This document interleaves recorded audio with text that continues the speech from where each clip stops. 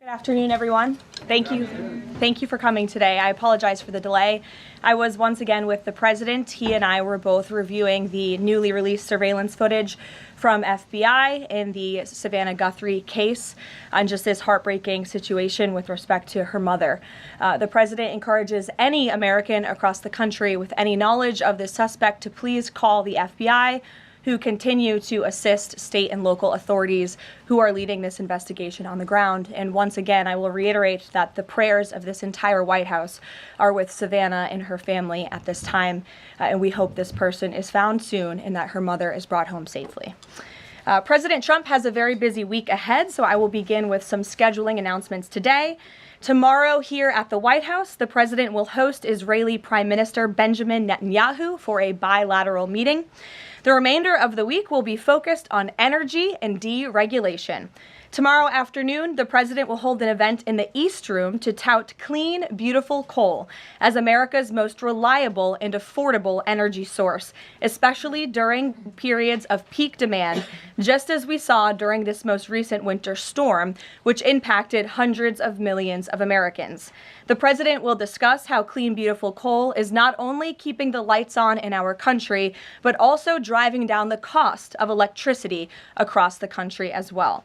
Additionally, on Thursday, President Trump will be joined by Administrator Lee Zeldin to formalize the rescission of the 2009 Obama-era endangerment finding. This will be the largest deregulatory action in American history, and it will save the American people $1.3 trillion in crushing regulations. The bulk of the savings will stem from reduced costs for new vehicles, with the EPA projecting average per vehicle savings of more than $2,400 for popular light-duty cars, SUVs, and trucks. This is just one more way this administration is working to make life more affordable for everyday Americans.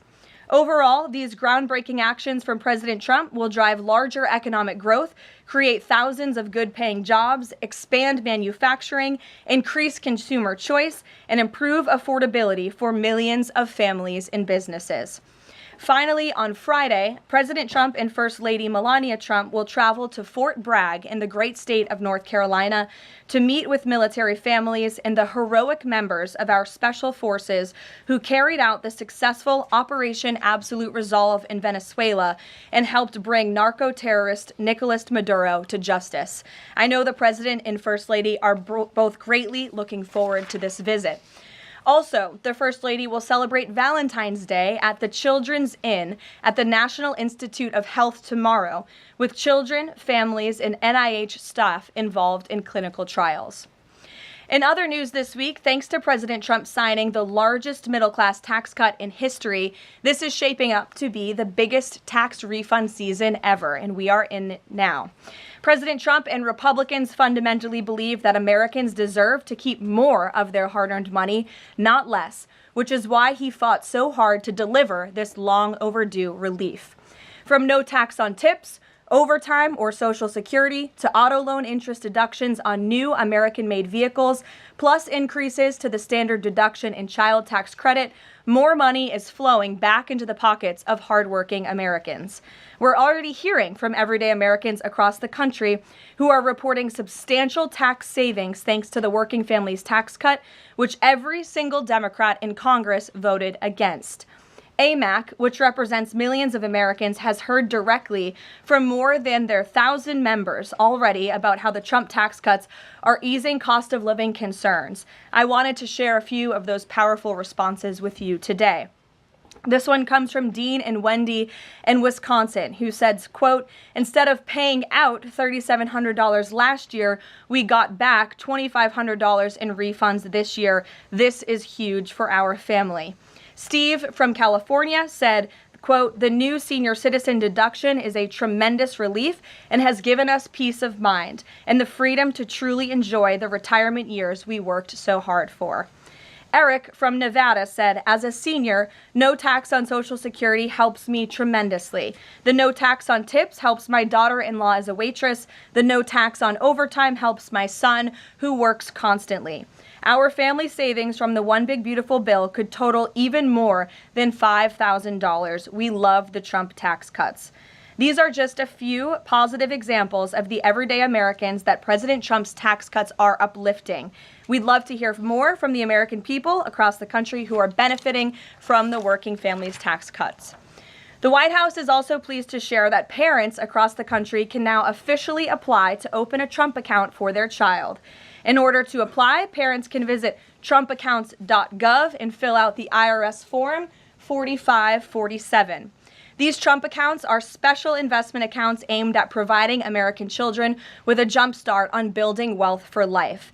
They have all the tax advantages as a traditional IRA account, but are specifically tailored to build wealth the moment a child is born. Thanks to President Trump, every child born between January 1st, 2025 and December 31st, 2028 is eligible to receive $1,000 from the U.S. Treasury to fund their account. Parents, guardians, and even nonprofits can then contribute up to $5,000 per year. Employers can also contribute up to $2,500 per year per employee. President Trump believes there is no better investment than investing in our nation's children. If you are a parent who maximizes contributions to your child's Trump account, its projected value could reach nearly $1.1 million by the time your child turns 28 years old, based on average historical stock market returns. Safe to say, the Trump accounts will give a substantial head start to position the next generation for a brighter future. And with the stock market exploding under President Trump's pro-growth policies, there has never been a better time to sign up for an investment account like this. The Dow Jones just shattered 50,000 for the first time ever on Friday, and the S&P 500 and the NASDAQ continue smashing record after record. So with President Trump in charge, Americans' 401ks and retirement savings are booming once again, and these new Trump accounts for America's kids will boom too. So with that, once again, every parent should go to trumpaccounts.gov today, and I'm going to put it on my own personal to-do list to sign up for one as well. With that, I will take your questions. Caroline Downey from the National Review is here. Thank you for being here, and why don't you kick us off? Thank you for having me. On the criticism that immigration enforcement has become arbitrary or not particularly prioritizing, Democrats have been circulating the statistic that only 14% of illegal aliens arrested under this administration are violent criminals, but we know that in deep blue cities with progressive district attorneys, it's common to plead down serious violent crimes into less serious offenses, which could be distorting those numbers. So given that backdrop, does the administration still stand by the messaging that you're targeting the worst of the worst, and does this prevailing narrative tell the whole story? Well, thank you for bringing this up, Caroline. I've seen this CBS report floating around. There's a lot of liberal talking heads and pundits and Democrat elected politicians who think that this single story and these statistics and the way they are painted is somehow a shot at this administration. It is not. And let me correct the record. Number one, the Trump administration has been clear from day one that any illegal alien present in this country is subject to deportation. However, the priority, of course, is going after the convicted criminals, the worst of the worst, the murderers, the pedophiles, the rapists in this country. Interestingly, in the CBS story, what the Democrat talking heads on television are not saying is this line. Nearly 60% of ICE arrestees over the past year had criminal charges or convictions. And among that population, the majority of the criminal charges or convictions are for nonviolent crimes. Oh, well, what are nonviolent crimes, you ask? This has coincided with what DHS has been saying all along, that approximately 70% of illegal aliens arrested under President Trump have pending criminal charges and or prior convictions. And these so-called nonviolent crimes, drug trafficking, distribution of child porn, burglary, fraud, DUI, embezzlement, solicitation of a minor, and human smuggling, just to name a few. So just because a crime is not violent in nature doesn't mean that crime is victimless. And I can guarantee every single person who is out there on television right now pointing to these statistics that were taken out of context by CBS News would not want an illegal alien convicted of the distribution of child porn or fraud or DUI living in your community. So the Trump administration will continue our focus on deporting all illegal aliens present in our country with a focus on the worst of the worst criminals. Thank you for being here. Gabe. Caroline, thank you. And thank you for the update on our colleague Savannah Guthrie's mother. Is there anything more you can share? You said the president was reviewing that surveillance footage. What was his initial reaction when seeing those disturbing images? And does he believe that that suspect acted alone? I haven't talked to him specifically about the second point on whether the suspect acted alone or not, so I don't want to weigh in on the president's thinking on that. His initial reaction, of course, as all Americans, is just pure disgust. And again, it's heartbreaking to see now this footage really bring to life a story we've all been reading about. And again, we're just praying for the safety of Nancy Guthrie and that she will return home soon. And the president directed me to please encourage all Americans with any information to call the FBI, and we hope that this case will come to a positive resolution as soon as possible. We, of course, have a lot to talk about in a completely separate topic. I was hoping you can clarify something that's come up over the last several days, again, regarding a separate topic in the Epstein files. According to newly released files, the president had a conversation with the Palm Beach police chief in the early 2000s, according to the police chief in 2019. The president has gone on record before, and he's told reporters that he said that that he had no idea about Jeffrey Epstein's crimes. During this conversation with the police chief, however, he did say, according to this recounting of it, that thank goodness you're stopping him. He also called Ghislaine Maxwell evil. So my two questions are, did that conversation with the Palm Beach police chief happen? And can you explain the discrepancy?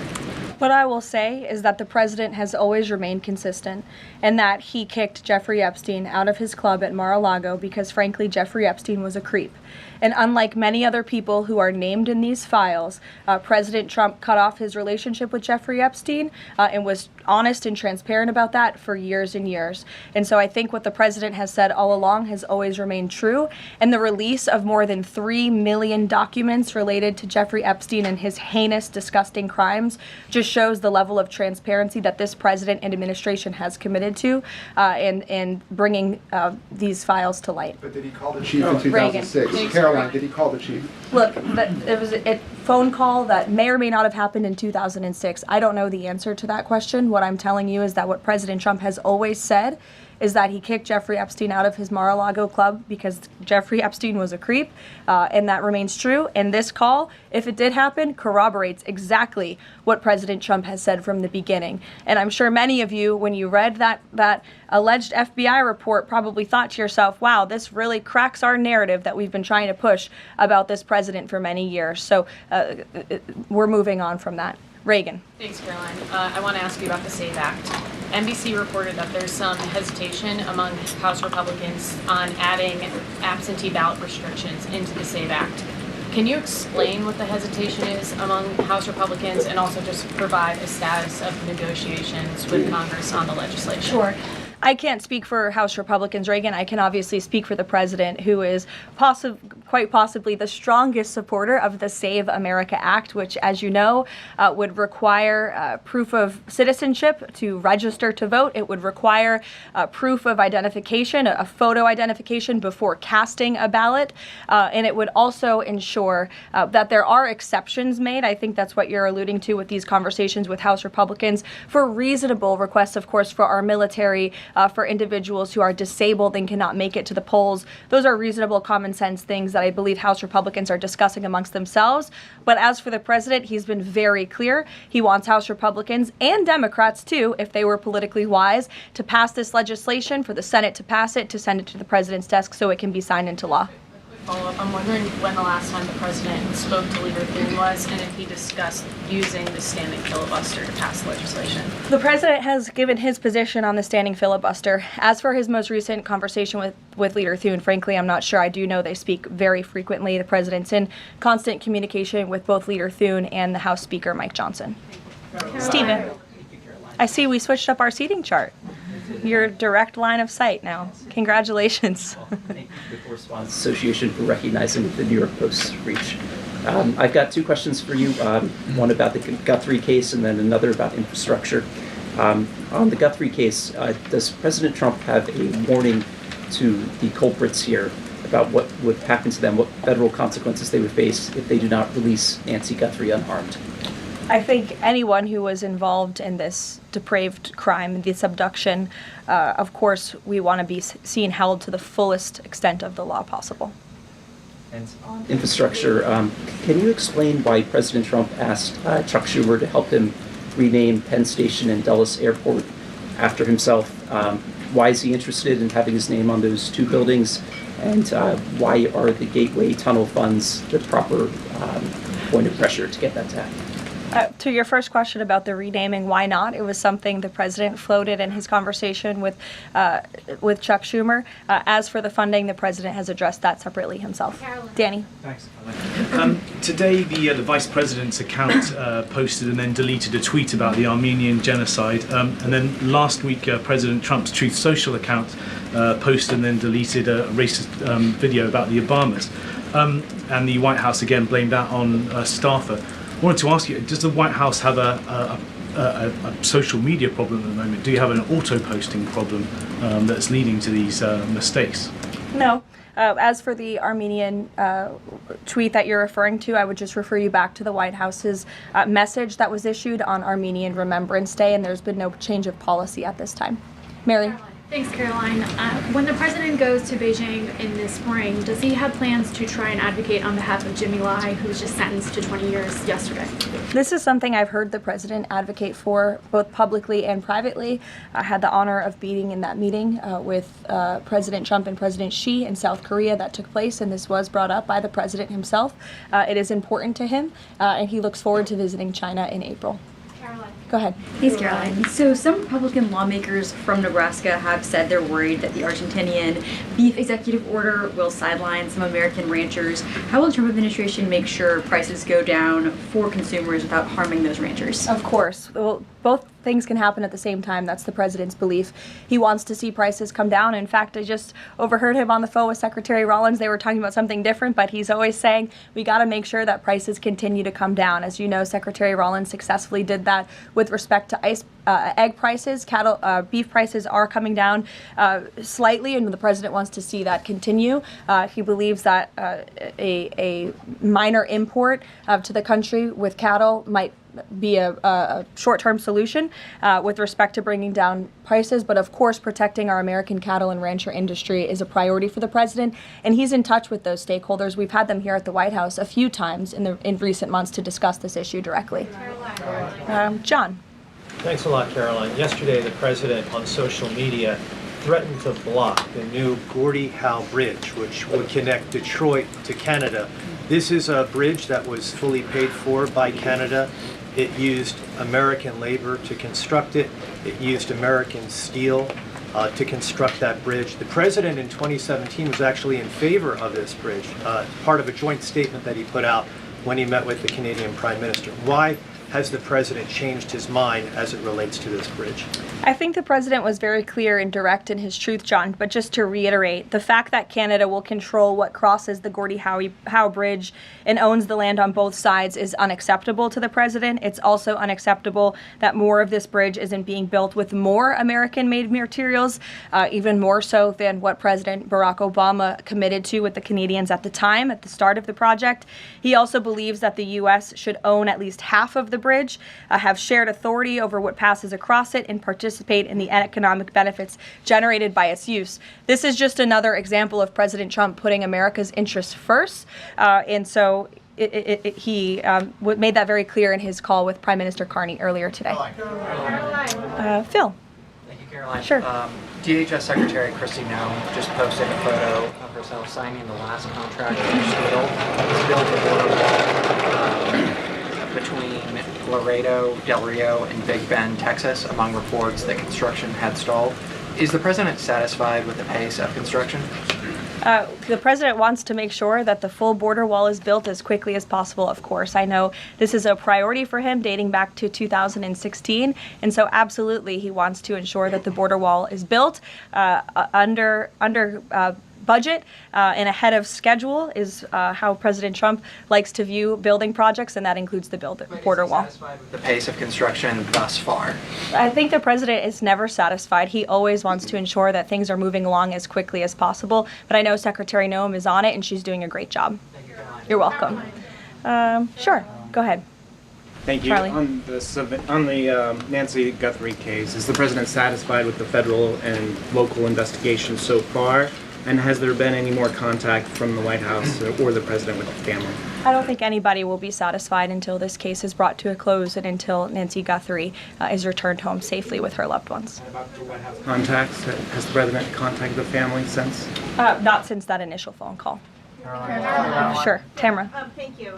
The National Governors Association is removing a meeting with President Trump from his agenda because only Republicans were invited.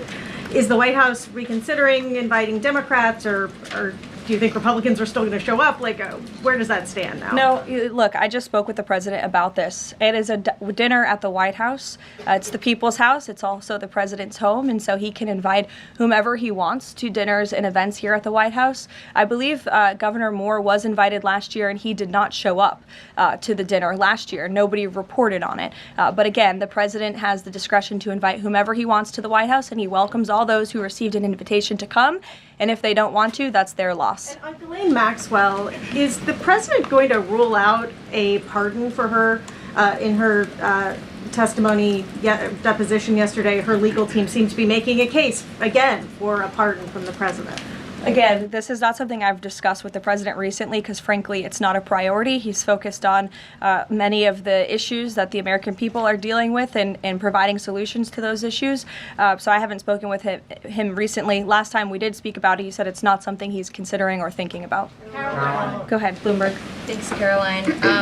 Secretary Litnick today was testifying on the Hill, and he said that he had visited Epstein's island in 2012 with his wife and children, and that's after he said that he had cut ties with Epstein, and Justice Department documents show that he was in contact with Epstein through 2018 over messages. So does the White House stand behind Secretary Litnick right now, or given what he has said today, has there been any shift in how the White House is viewing Secretary Litnick's performance? No, Secretary Litnick remains a very important member of President Trump's team, and the president fully supports the secretary. I will just point out that there are a lot of wins in the news this week that people in this room have not asked about because you continue to ask questions about the same subject, so let me point them out for you. Again, on Friday, the Dow shattered 50,000 for the first time ever.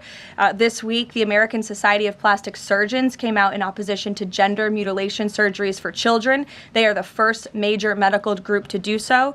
A federal appeals court today, nobody asked about that, just upheld the Trump administration's policy of detaining illegal aliens, validating the strong measures that have driven illegal crossings to historic lows, and sent a crystal clear message that under President Trump, if you enter the country illegally, you will be detained and removed. The murder rate, again, not a single question about this, has plunged to a 125-year low as crime falls across the board, thanks to President Trump's crime crackdown. We also saw this week national median rents have fallen to a 4-year low following 6 consecutive monthly declines, and mortgage affordability has surged to a 4-year high. Home ownership is the core foundation principle of the American dream, and I will repeat that mortgage affordability this week surged to a 4-year high, but not a single of mention of that in this briefing room today. And again, this came out last Friday, but for an unprecedented 9th straight month, there were 0 illegal border crossings at the southern border. So we're going to get back to business. The president is very busy today, and you will see him all tomorrow at the event in the East Room touting his administration's energy policy. Thank you.